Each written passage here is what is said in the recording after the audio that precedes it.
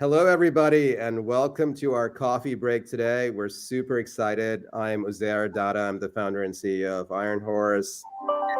Really excited to have an amazing guest with us, and Stephanie Saul, who's the GM at Content Marketing Institute. If you guys don't know about them, you should. If you are a marketer, you probably do, but if you don't, then you're missing out. So please go visit them, check them out. It's awesome stuff.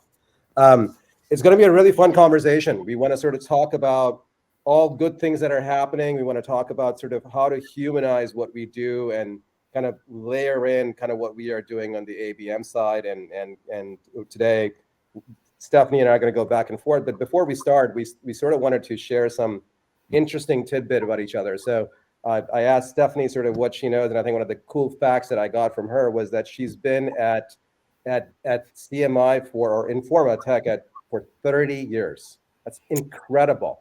Yeah. And her claim to fame is that she probably knows everyone in the publishing and media world. So if you're looking to talk to someone, Stephanie is your gal. You got to go there. My sort of little tidbit is I did a Spotify rap. You guys probably all listen to Spotify. And when at the end of the year, we were all doing it with our family. And just as a background, I live in a household of 3 women, two teenage daughters and my wife.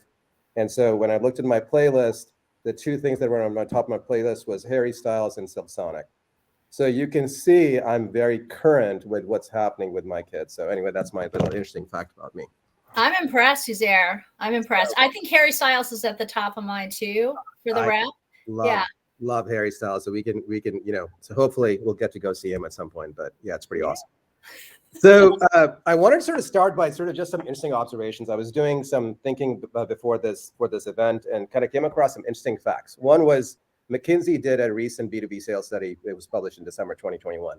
And they said that over the last 5 years, the number of channels that customers and prospects are using to engage with buyers has gone from 5 in 2016 to 7.5 in 2019 to 10 different channels in 2021.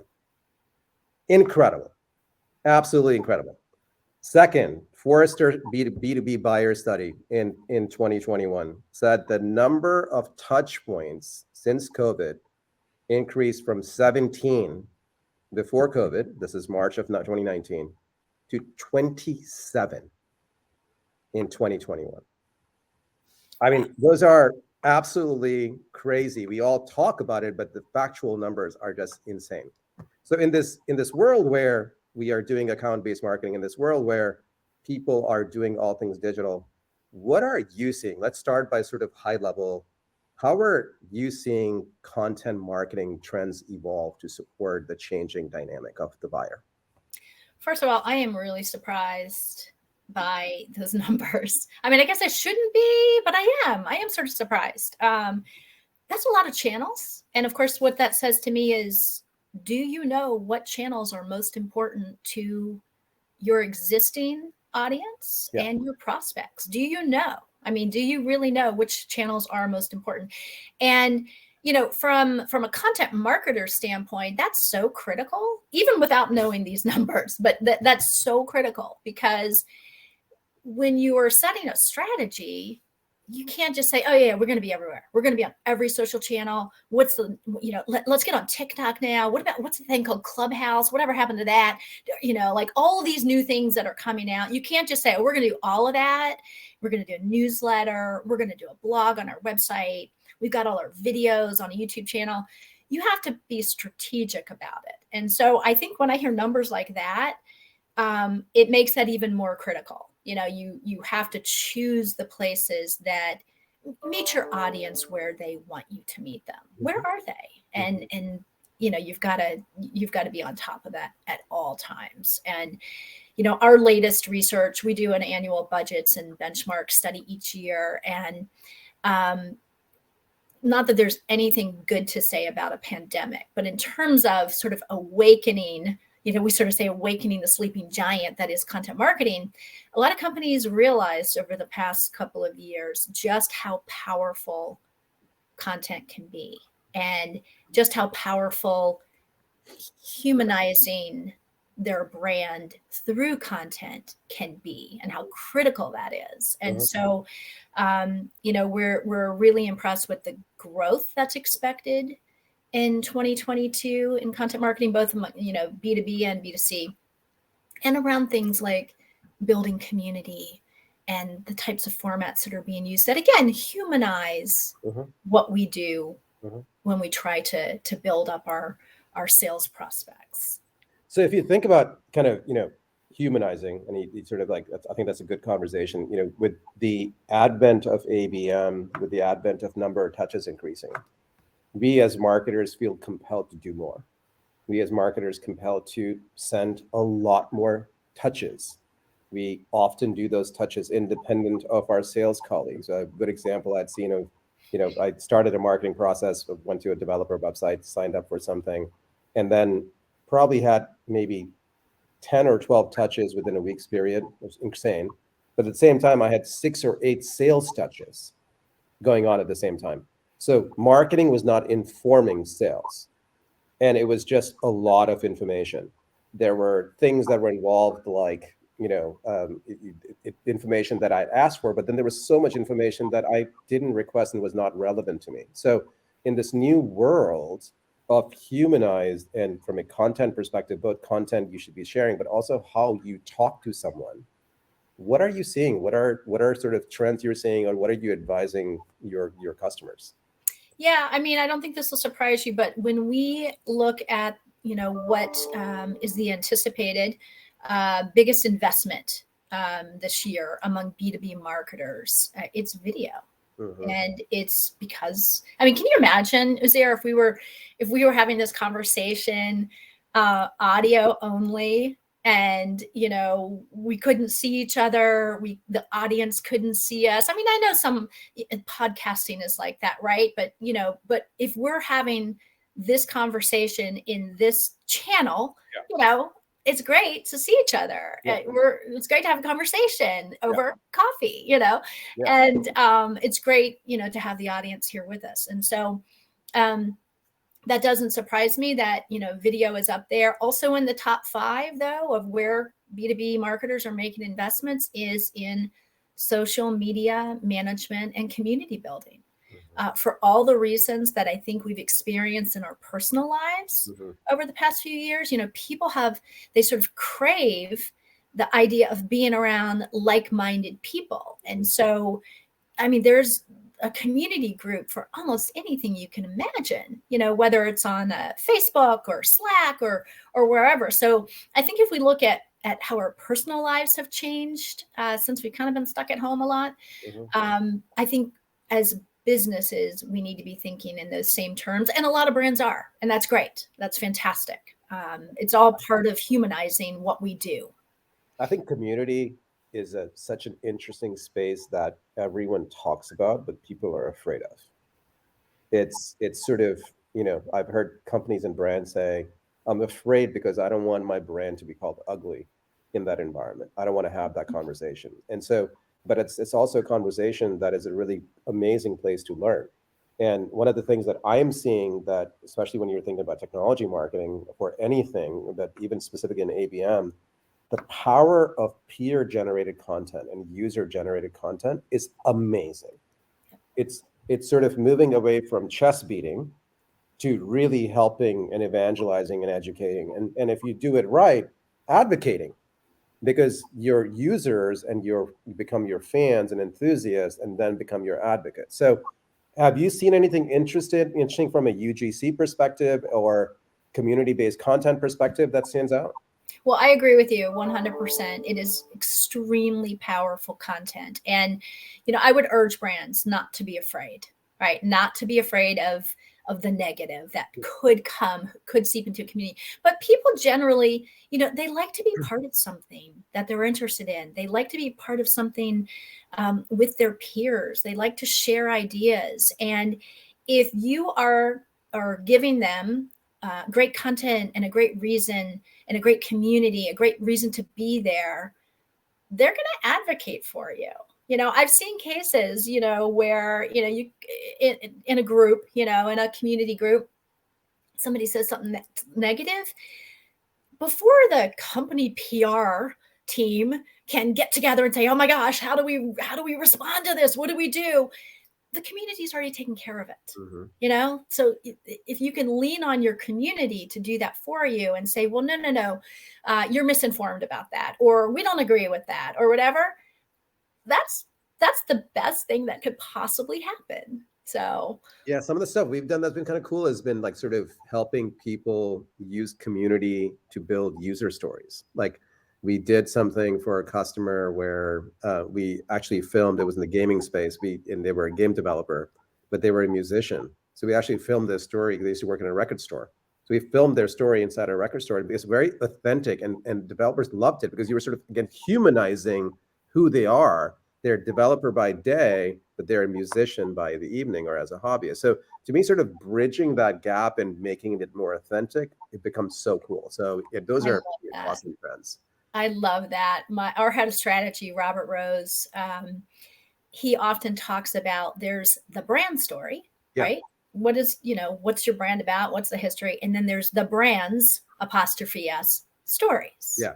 What are those stories? People Yes. want to know those stories. Yeah, they care about your brand story, but they want to know those stories. Yeah. And that's a great way to build empathy, to build trust. It's memorable content. That's what I always say to people. You don't need a ton of content. Yep. You need great content. You need memorable content. And for every really great piece of content out there, there's a lot of not so great content. And so talking about not so great content, I think that's a good dovetail into another thing that's sort of near and dear to both our hearts is the notion about how do we know things are good? How do we measure? And then once we sort of, who is doing it well? You were sharing some stories with me of some of the people you work with.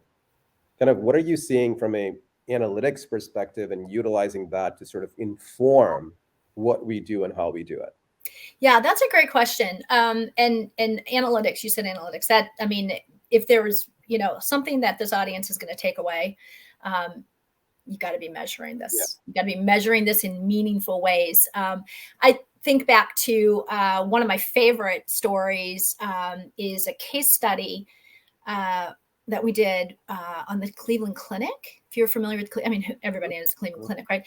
Well, years ago, I think like a decade ago, they started a blog, a newsletter, called Health Essentials, and it has grown tremendously, over the past 10 years. Their chief content officer there, the head of content marketing, she spoke at Content Marketing World this year. So I've sort of kept pace with how they've grown, and it's unbelievable. But even way back when they were, a few years old and growing and whatnot, Amanda Todorovich, who runs that group, said, we measure everything and we look at it every single day. Like every single day, they're checking to see what's resonating, what's most engaging, what's being shared, what questions are coming. Anything they could do to measure. And it through the years has allowed them to make some really good decisions on when to post certain content. When is the best time to post a piece on nutrition on Facebook? They can tell you. They can tell you what that time frame is. Awesome. But they don't just settle there. They keep studying it so that in case something changes, people are working from home all the time now. They're eating later. So they're not thinking about nutrition at 4 p.m. They might be thinking, I'm making this up. But the point being is they're so in tune with how their content performs that it has helped them grow exponentially. So I'm in awe really of what they're doing. Yes, I think one is that's pretty incredible. And I think one of the things that you sort of alluded to that I think is super important is being able to share those analytics and insights with the joint sales and marketing and content teams. Yeah. The number of organizations I know of that do something, but then you talk to the creative team or the content team and they're like, I have no idea how it did. I have no idea what worked or what didn't work. I'm just a production shop. I'm just churning stuff up. So being able to bridge internal comms within organizations to make sure they know that what you are doing worked or not. We now have such amazing tools like you were alluding to, where you can understand what's working or not, and you can make it much more scientific, and which was not possible before. And I think there's so much of a miss in not doing that. And I hope if there's one thing people take away is analyze and share insights with your teams. I think super important.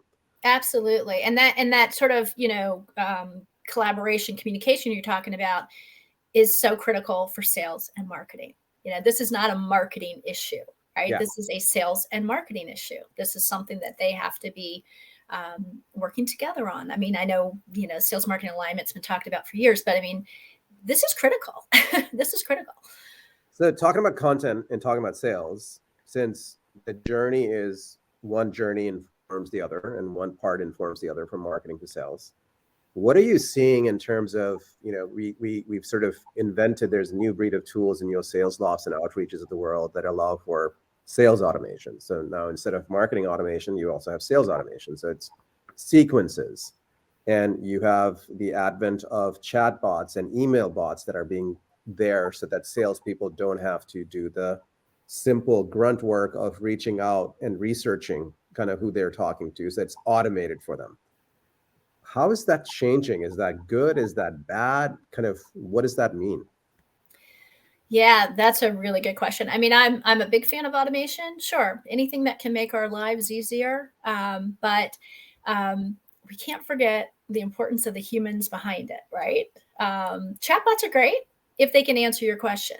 If they can't answer your question, then you need to be able to get to a live person to answer that question. And I think that's where a lot of brands kind of have a gap, right? Mm-hmm. And all that does is frustrates Mm-hmm. a prospective, Mm-hmm. buyer, frustrates so much. And you might not have a second chance. Mm-hmm. That's the thing with any of this, right? You may not get a second chance Mm-hmm. these days with all of the available tools, with all of the available content that you can get your hands on to help you make a decision. Rarely are there second chances. So I don't know. How do you feel about chatbots? Yeah, I mean, I like them a lot from a reason of if you use them to extend and assist someone in doing what they're doing. Often search doesn't help them to get to information, and chatbots allow for better indexing and sorting and getting to the information people are seeking faster. I don't think it's a one and done deal, but I think the integration with the human part is a must have. Yeah. And the conversion rates are still small, but if I'm converting 1 to 2% at the high end, 8 to 10% of the people that are coming in and helping them get further in whatever they were there for, I'm all for it. And people are like, well, it doesn't do well. I'm like, well, if it did it for 1% of the person, you're 1% further ahead that you were not before. So I think there's a place for it where I think we're getting lazy in some ways as we're just taking the tool and we're turning the lights on.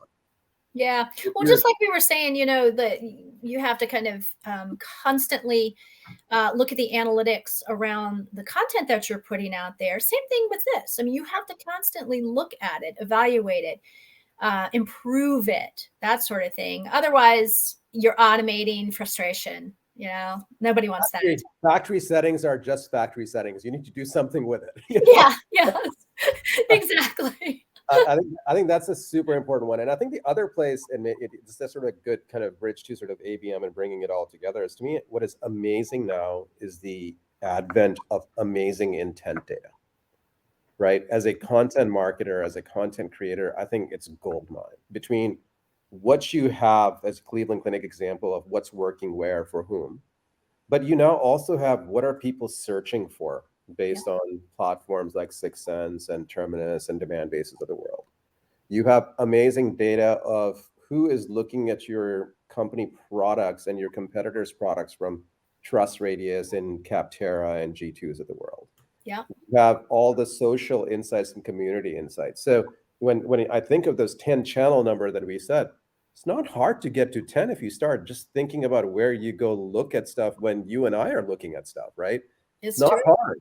And I think it's what is hard is those things are not being pulled in to grab a comprehensive account dossier or view of what people are looking at. And what I hate more than anything else is when I'm in a sales cycle and when I've done all my work and I expect you to know it, and I get to the salesperson, they're starting at ground zero. Yeah. and they have to go through their script. They have to go through their 4 calls with me. Even though I'm ready for a demo to make a decision, they need to ask me 10 questions. Yeah. And so it's sort of it's our role collectively as sales and marketing teams and growth teams per se to really make sure we're sharing that insight so that the conversation continues. The conversation across an account is unified. And I think to me, more than anything else, with all the new stuff that's been added, that causes a lot of frustration and friction. I don't know what you think. Yeah, absolutely. And I think if there's one thing we, I would say as we sort of, come to a close too, is that, it's up to marketing and sales to do the hard work, right? Yeah. It's up to them to figure out their personas, know the person. You have to get that right. It's up to you to get that right. To utilize your first party data. Is there anything more valuable these days than first party data? Yeah. Match that up with the intent data that you're talking about and all these other services that we can tap into. It's the only way we're going to be able to get to personalization at scale, to be honest. Well, hope you guys enjoyed the session today. Stephanie, thank you so much for your time. I learned a lot. Hopefully you guys did. And this is a near dear topic to us. So reach out to us if you have any questions, and thank you for your time. Bye, everybody. Thanks, Uzair. Thank you.